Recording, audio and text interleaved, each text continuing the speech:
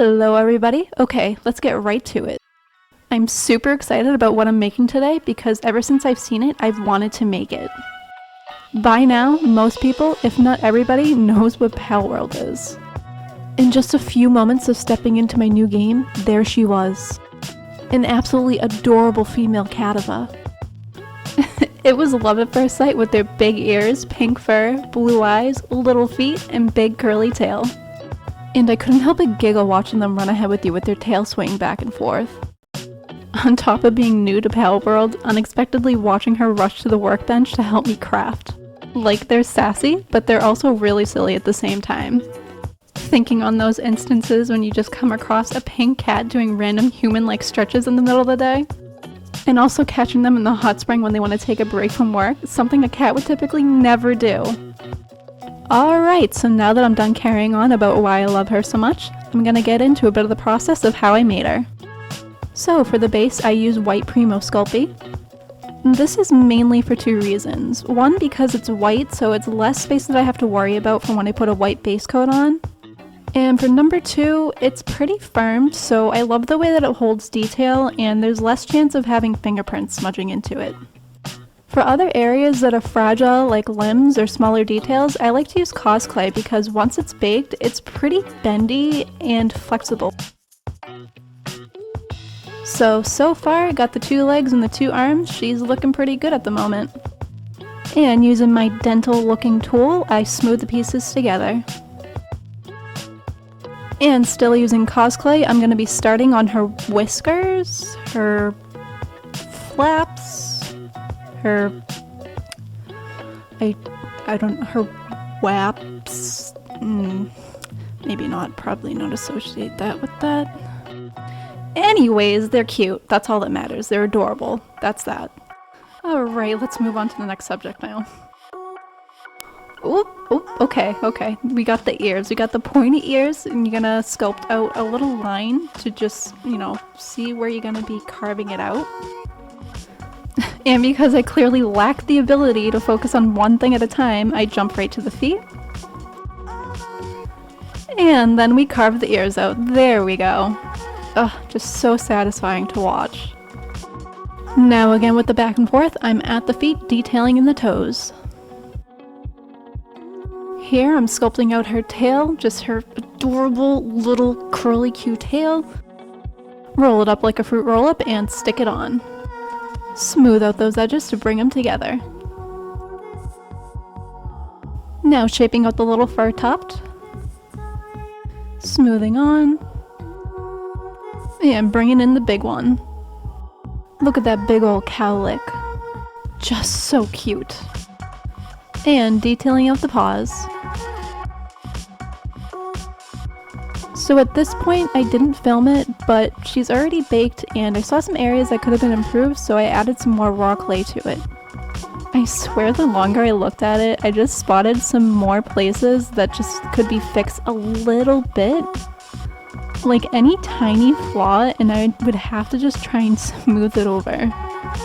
Yep, we're still here fixing it, and yet I didn't even film half of the areas that I fixed. But then I finally gave in, baked her, and decided it's time to try sanding. So there were definitely still bumpy areas left, so I decided to start with a rough grit. Doing this fairly lightly, I went over most of the body. Even though I went fairly lightly with the sanding, you can still see some scratches that was left over. Which for the most part was okay with me because a lot of it was uniform looking as if it was like fur texture. But the areas like the face looked like I took my anger out on it and rage sanded it. So I just went over it with some fine grit paper. And now getting to the good part, starting with white acrylic paint.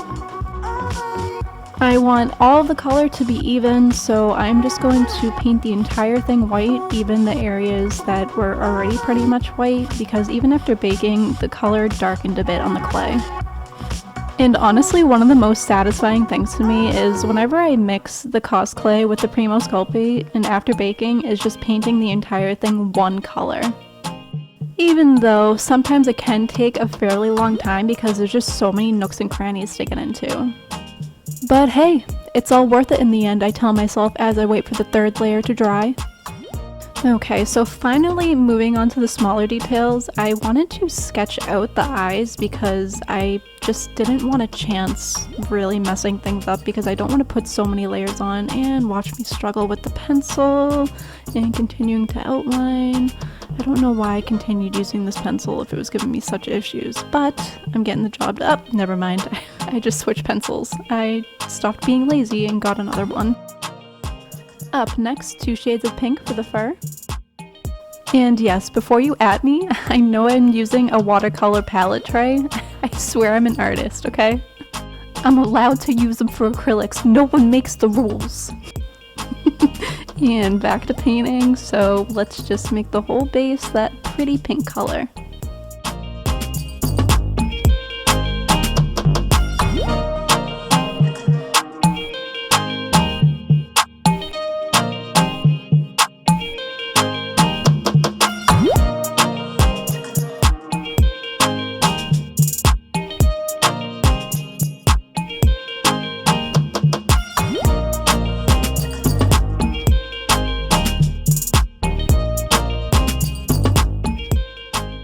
And now mixing the colors for the cute little tummy, which is this very pretty pale yellow color, so mixing just a little bit of white with the yellow.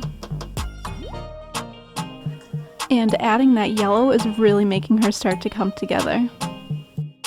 Ooh, and I forgot she also has cute little yellow paw pads. And now because I got distracted yet again, I'm now painting on the pink eyelids.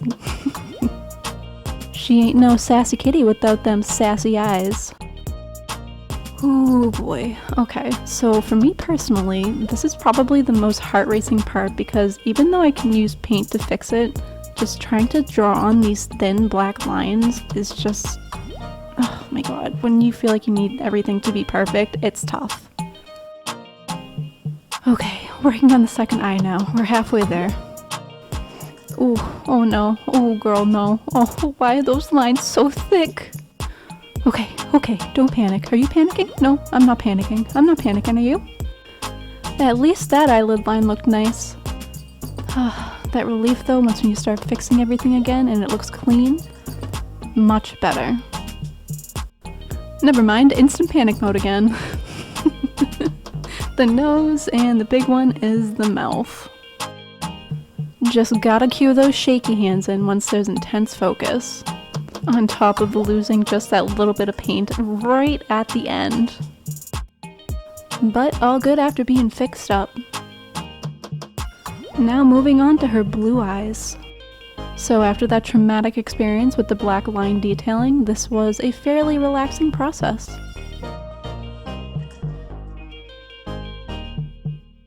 And now to mix up some colors for the darker parts of her eye.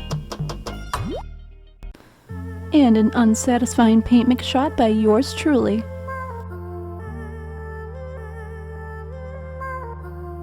I honestly think that these two blue shades go really well together, and blue is honestly one of my favorite colors, so her eyes are definitely one of my favorite features of hers. And just making sure she has a little half circle of light blue at the bottom. Starting to get really close to the finish line now and just adding the white part to her eyes. And finally, I'm going to be mixing a bit of brown and a little bit of red for the inside of her ear.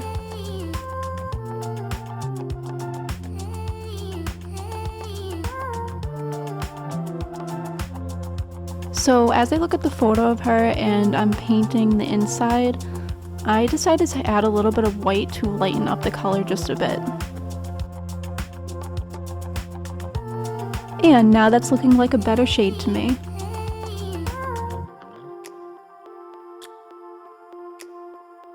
And here she is. Is she perfect? No. Is she still a bit bumpy in some areas? Yeah. But do I love her? Absolutely.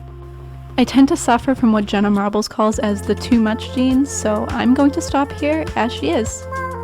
Thanks so much for watching. Bye!